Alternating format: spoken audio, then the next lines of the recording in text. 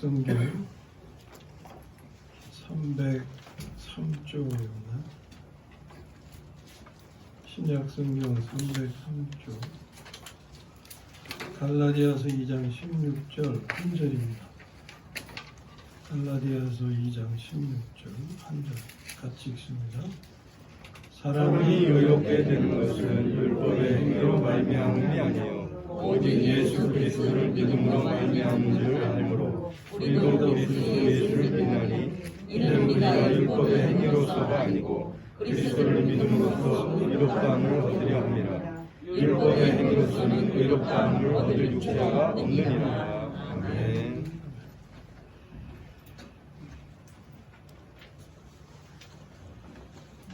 이 시간에는 믿음과 행함에 대한 이해 이런 제목으로 말씀 나눕니다. 지난주 우리가 맥주절을 지키면서 맥주절에 관한 말씀을 나눴죠. 맥주절의 성취는 휴거에 대한 약속이라고 했습니다. 맥주절의 성취는 처음 익은 열매가 되면 대환란 전에 휴거하게 되고 나중 익은 열매가 되면 대환란 후에 휴거가 된다. 그렇죠? 나중 익은 열매는 대환란을 겪으면서 익게 되는 것을 의미한다고 했어요. 이 맥주절의 성취를 위해서는 오늘의 삶에서 맥주절이 의미하는 것을 자신의 삶에서 실제되게 해야 된다 그랬어요. 그것은 거듭나서 교회 생활을 이루는 것이라 그랬죠.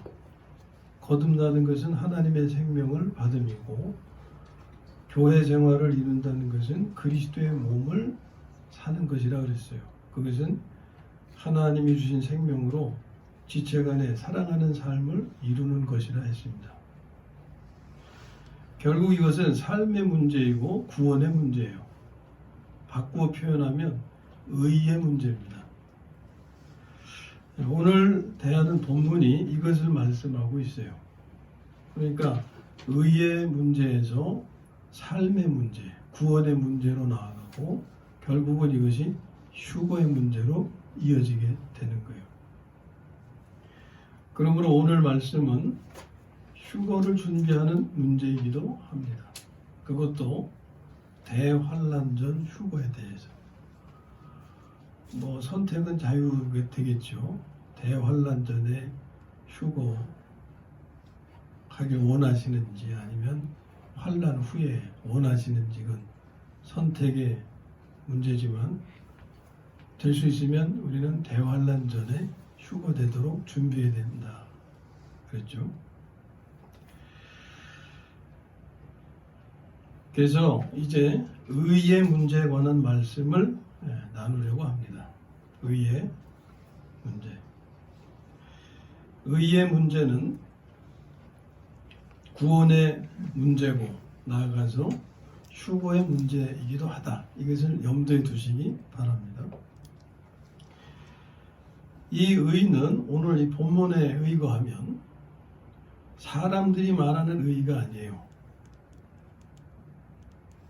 사람들이 말하는 의가 아니에요. 바울도 자기가 율법의 의로는 흠이 없는 자다 말했죠. 그 의를 말하는 게 아닙니다. 나중에 바울은 의는 사람이 이룰 수가 없다고 그랬어요. 그것은 믿음으로만 되는 거라 그랬어요. 그러니까 자기의 이해를 수정한 거죠. 나중에. 우리도 분명히 아셔야 됩니다.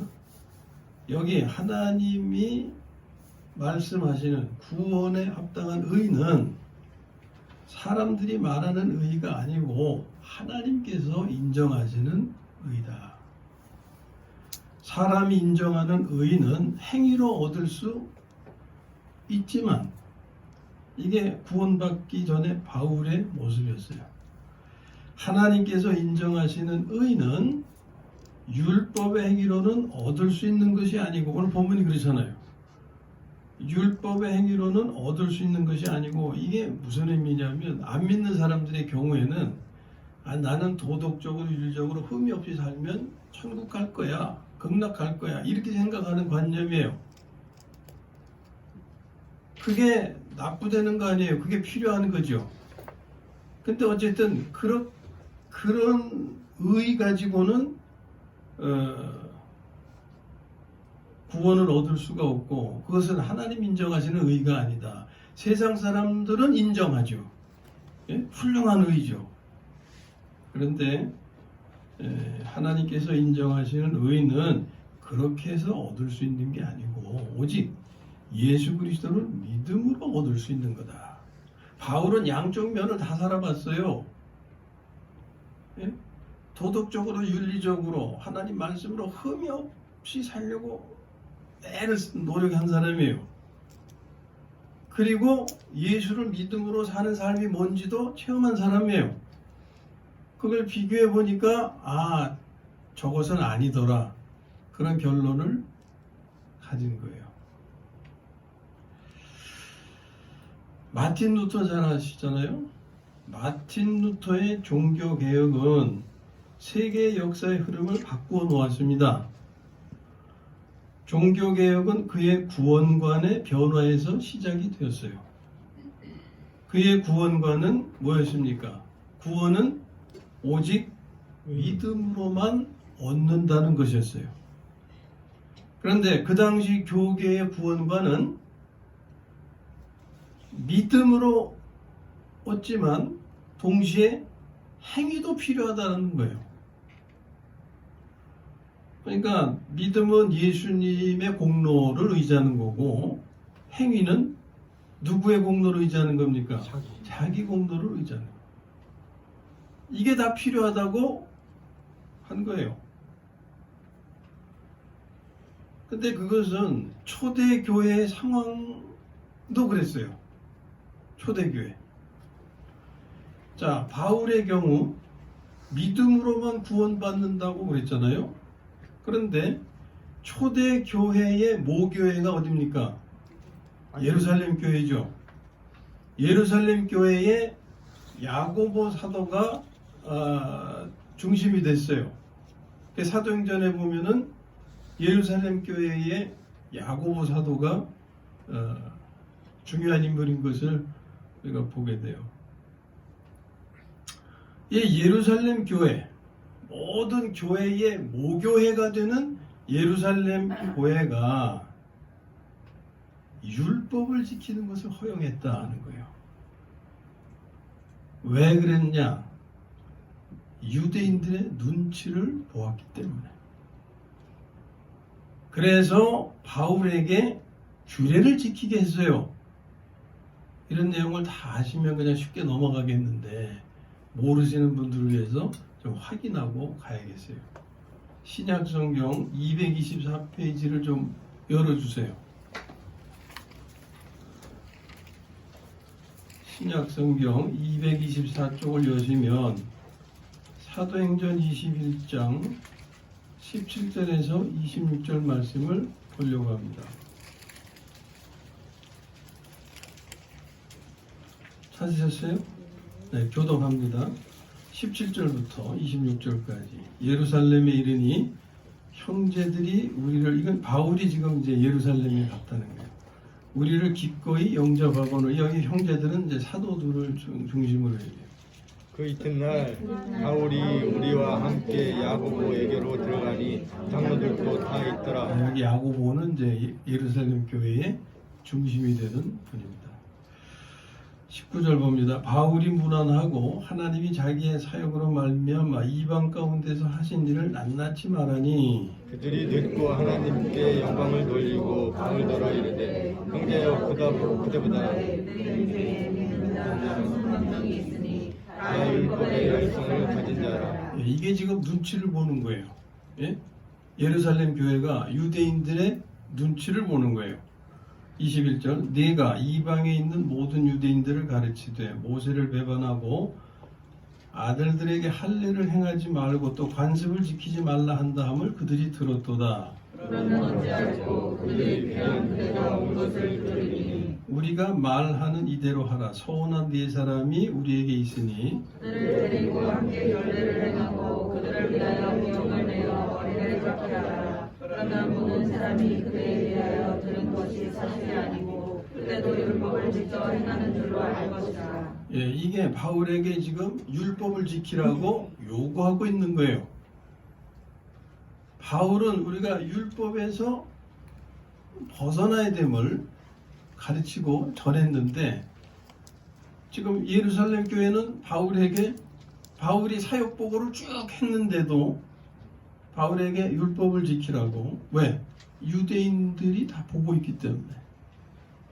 유대인들의 눈치를 보기 때문에 바울에게 율법을 지키라고 이제 요구한 거죠. 25절 주를 믿는 이방인에게는 우리가 우상의 제물과 피와 목매어 죽인 것과 음행을 피할 것을 결의하고 편지하였느니라 하니 바울이 이 사람들을 데리고 이날 내가 함께 결례를 행하고 성전에 들어가서 각 사람을 위하여 제사 드릴 때까지 결례 기간이 만기된 것을 신고하느니라. 아멘. 자, 말씀은 이제 여기까지만 우리가 보는데 자 이렇게 하니까 하나님이 이걸 기뻐하셨겠어요? 그렇지 않으셨겠어요? 당연히. 그래서 그 뒤에 보면 많은 문제가 이제 일어납니다. 바울이 잡혀가고 거기서 시작해서 로마까지 가서 순교당하고 그리고 역사적으로 그러니까 초대 교회가 믿음과 행함이 이게 혼합이 되어 있는 거예요. 그래서 하나님 이걸 해결하시기 위해서 예루살렘을 쓸어버리신 게 AD 70년에 로마의 침략으로 예루살렘 성을 무너뜨리신 거예요. 그래서 다 흩어져 버렸잖아요. 그런 배경을 이제 우리가 나중에 보게 되는데 이 초대교회 상황이 이랬다. 초기 그리스도인들이 이렇게 율법에서 벗어나지 못하고 갈등을 했다는 거예요. 무슨 얘기냐면 그리스도를 믿긴 하지만 무엇도 지켜야 된다? 율법도 지켜야 된다. 지금 여기서 지금 예루살렘 교회 모습을 보잖아요. 사도 야고보가 한 말을 지금 듣잖아요. 사도 야고보도 그러했으니 일반 평신도들이야 말할 것 있겠냐는 거예요.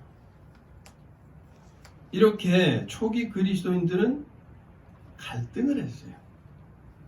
예수만 믿는 것으로 되냐? 아니면 율법도 지켜야 되지 않느냐? 이 사이에서 갈등을 했어요.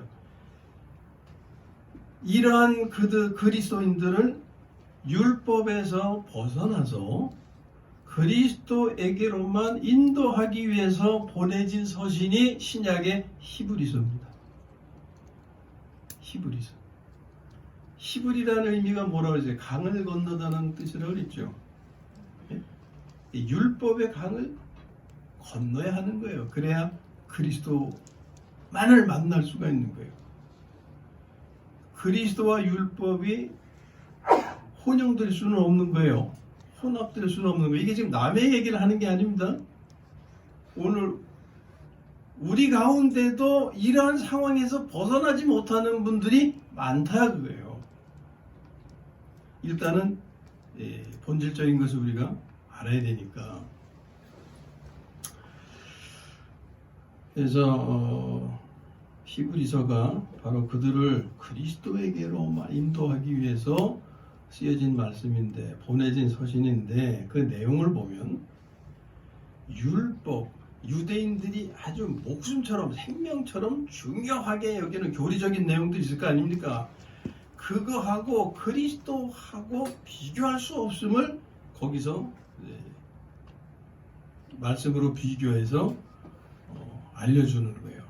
몇 가지 보면은 유대인들에게 천사 숭배가 있었죠. 천사 숭배. 그래서 그리스도와 천사를 대등하게 놓고 믿음의 대상으로 보는 거예요. 그래서 거기 히브리서 말씀을 보면 천사와 비교하는 말씀이 나오는데 거기서 그리스도는 천사보다 뛰어나시다 이렇게 말씀하고 있죠. 그 다음에 모세와도 비교합니다. 모세는 정말 그리스도 이상으로 중요한 사람이에요. 종교적인 지도자, 유대인들에게. 그 모세와 비교해서 이렇게 말씀합니다. 모세는 하나님의 집에서 종으로 신실했으나 그리스도는 하나님의 집의 아들로서 그랬다. 종과 아들의 차이. 또 대제사장도 대단히 여기는 직위죠. 대제사장은 누구였습니까? 유명한 모세와 아론. 그 아론과 비교하는 말씀이 나오는데 아론은 옛 언약의 대제사장이었으나 그리스도는 새 언약의 대제사장이다. 또 제사와 예물로서의 비교를 말씀합니다. 그들의 삶에서 제사와 예물은 중요한 거잖아요. 이들에게 있어서 제사와 예물은 일시적이고 일회적이었다. 한 번 드린 후에는 또 필요하면 또 드려야 되고, 제사도 그렇고 제물도 그렇고. 그러나 그리스도는 한 번으로 영원하셨다. 또 근본적으로 율법과 비교에 대해서는 율법은 하나님의 말씀이잖아요. 이 율법은 모세를 통해서 하나님께서 주신 것이다. 그렇죠? 그러나 그리스도는 그 말씀 자체시다. 이런 비교를 쭉 하면서 그리스도가 뛰어나심을 변증하고 있는 거예요. 오늘도 많은 교인들이 이러한 사상의 영향을 받고 있는 거예요. 그것이 뭐냐?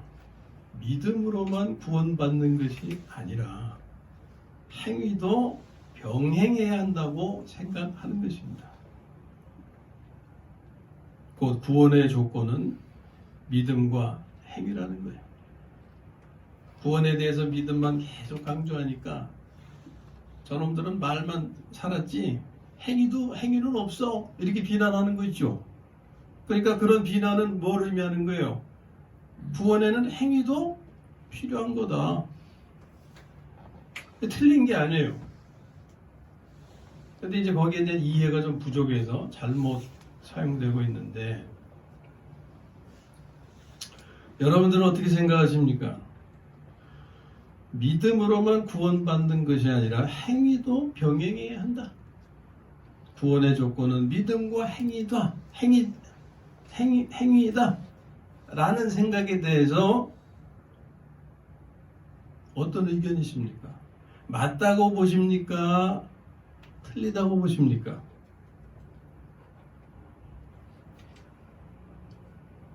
제가 대답해 드리죠.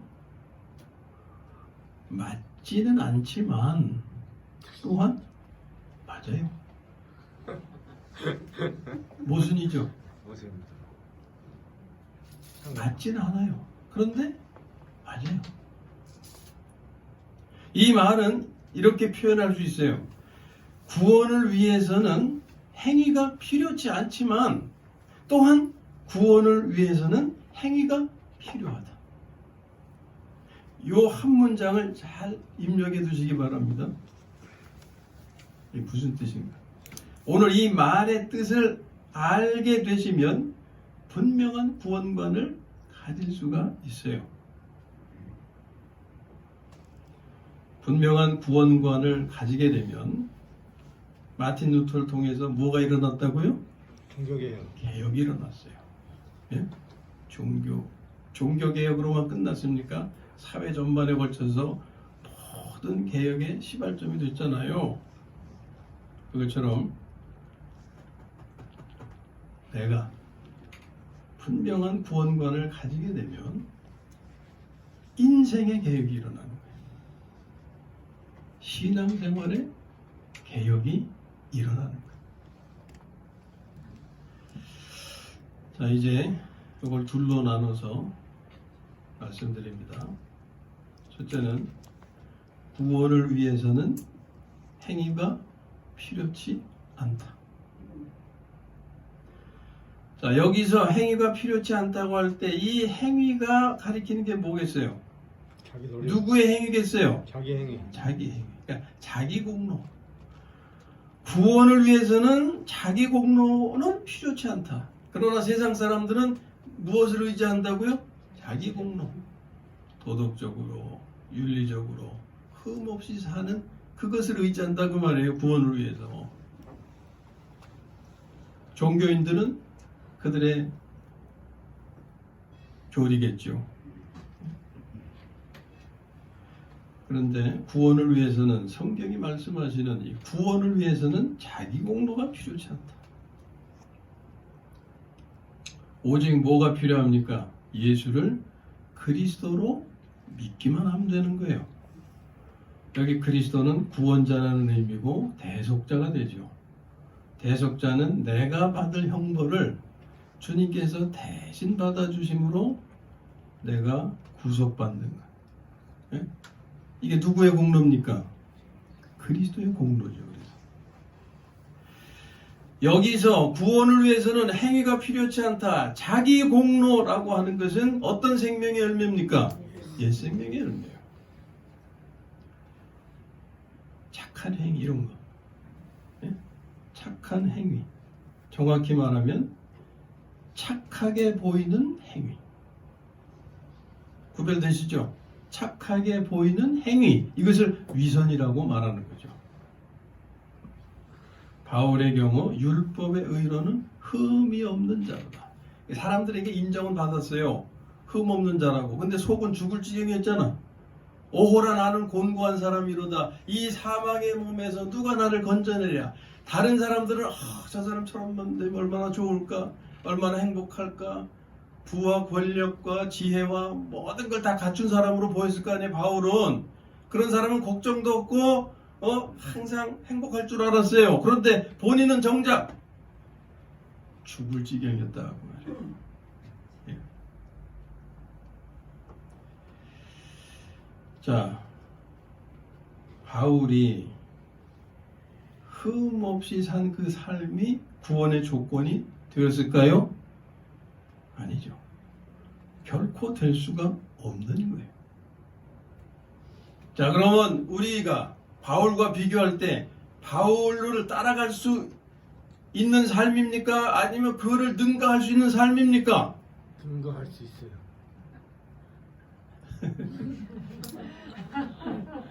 제 질문의 의도를 약간 좀 이해하지 못했어요.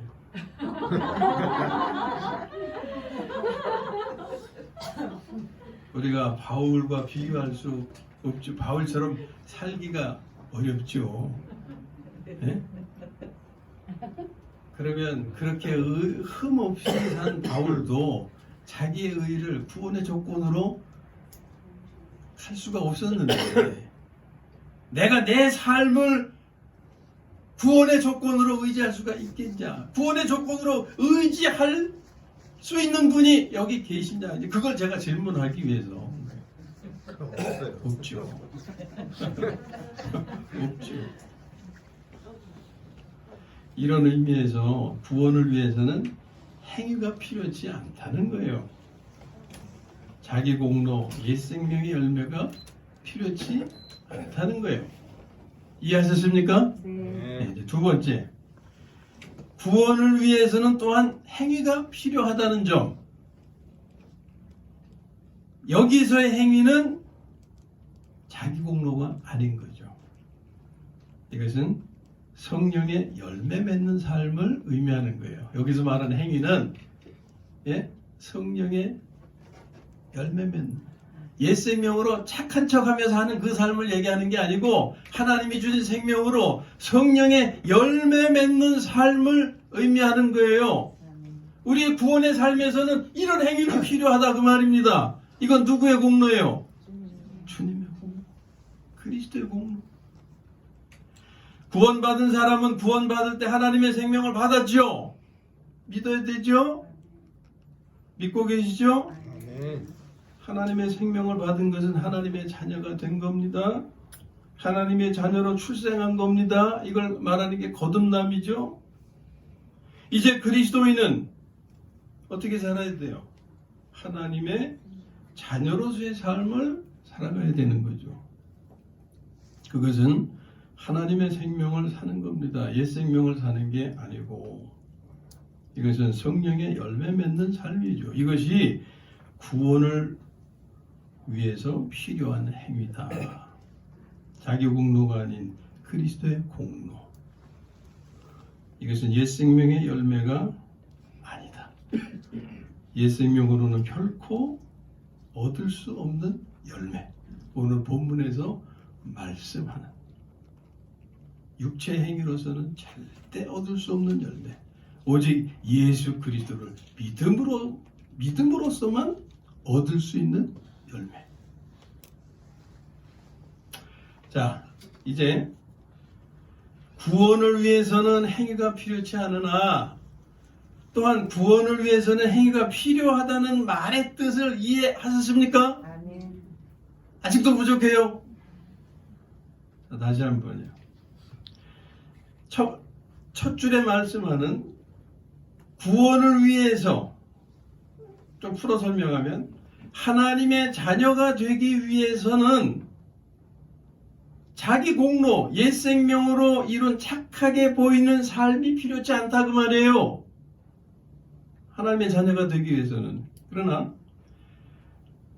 그 다음 구원을 위해서라는 표현은 하나님의 자녀로 살기 위해서는 성령의 열매 맺는 삶, 하나님의 생명으로 이룬 삶, 이런 행위가 필요하다라는 겁니다.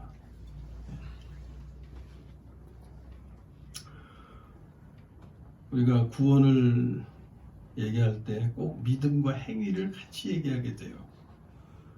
믿음과 행위를 얘기하다 보면 꼭 로마서와 야고보서가 거론돼요.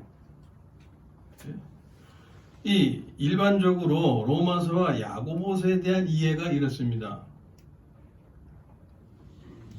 구원에 대하여 로마서는 믿음을 강조하고 있고 야고보서는 행함을 강조하고 있다고 생각을 해요. 그래서 구원을 위해서는 믿음과 행위가 필요하다고 말을 합니다. 야, 봐, 야고보서 보면 행위도 얘기하지 않냐? 어떻게 믿음으로만 구원받는다고 그렇게 말하냐? 그러니까 이 내용을 잘 모르시면요, 답을 할 수가 없어요. 오늘 분명히 구분하실 수 있길 바랍니다. 자, 일반적으로 그렇게 생각하기 때문에 로마서는 믿음을 강조하고 야고보서는 행함을 강조하고 있다고 생각하기 때문에 루터조차도 구원을 믿음으로만 얻는 것이라고 깨달은 루터조차도 야고보서를 지푸라기 서신이라고 혹평을 해버렸어요. 그러니까 말씀도 아니다 이런 거예요.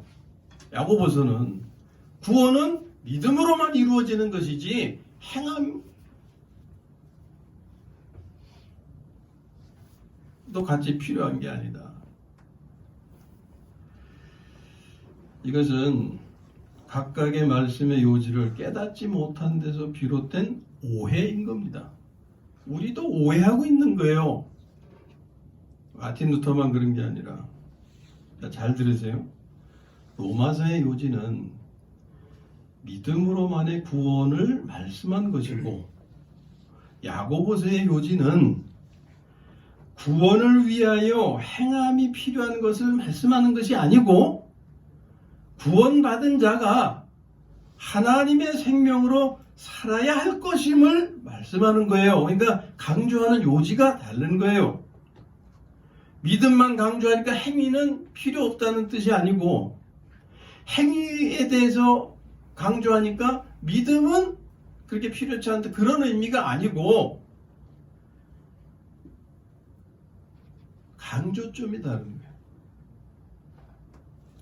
성경을 잘 보시면 로마서 말씀도 로마서 말씀도 구원받은 자가 하나님의 생명으로 살아야 할 것을 말씀하고 있어요.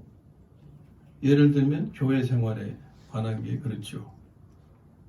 교회 생활은 구원받은 자가 이룰 수 있는 거지 구원받지 못한 자가 이룰 수 있는 삶이 아닙니다. 예?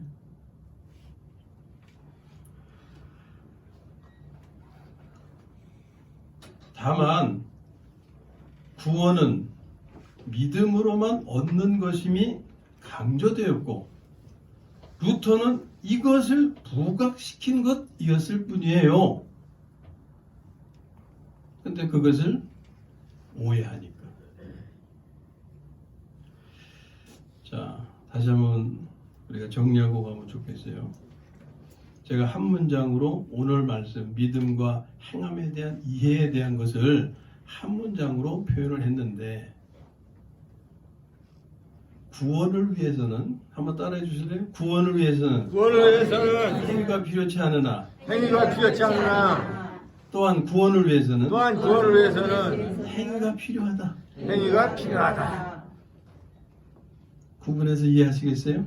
자, 다시 한번 구원을 위해서는 행위가 필요치 않으나 무슨 의미인지 아시겠죠? 하나님의 자녀가 되기 위해서는 자기 공로, 착하게 사는 삶 이런 게 필요치 않다고 말해요. 예? 그런데 그 다음에 따라해 주세요. 또한 구원을 위해서는 행위가 필요하다. 이것의 의미는 이제는 구원받은 자가 하나님의 자녀가 되었잖아요. 하나님의 자녀로 살기 위해서는 성령의 열매 맺는 삶, 하나님의 생명으로 이룬 삶이 필요하다 라는 거예요. 아멘. 이게 믿음과 행함에 대한 이해입니다. 이것을 잘 구분해서 이해하셔야 올바른 구원관을 확립할 수가 있어요. 이런 구원관을 확립해야 뭐가 생긴다고요? 개혁이 생기는 거예요. 변혁이 일어나는 거예요. 인생의 개혁이 일어나는 거예요. 신앙생활에 개혁이 일어나는 거예요. 그리고 이것은 어디로 이어진다고요? 우리의 미래 휴거. 대환란 전에 휴거를 원하십니까? 아주 무르익은 다음에 후에 휴거됨을 원하십니까? 선택은 자유. 말씀이 가르쳐 주시고 인도합니다. 예?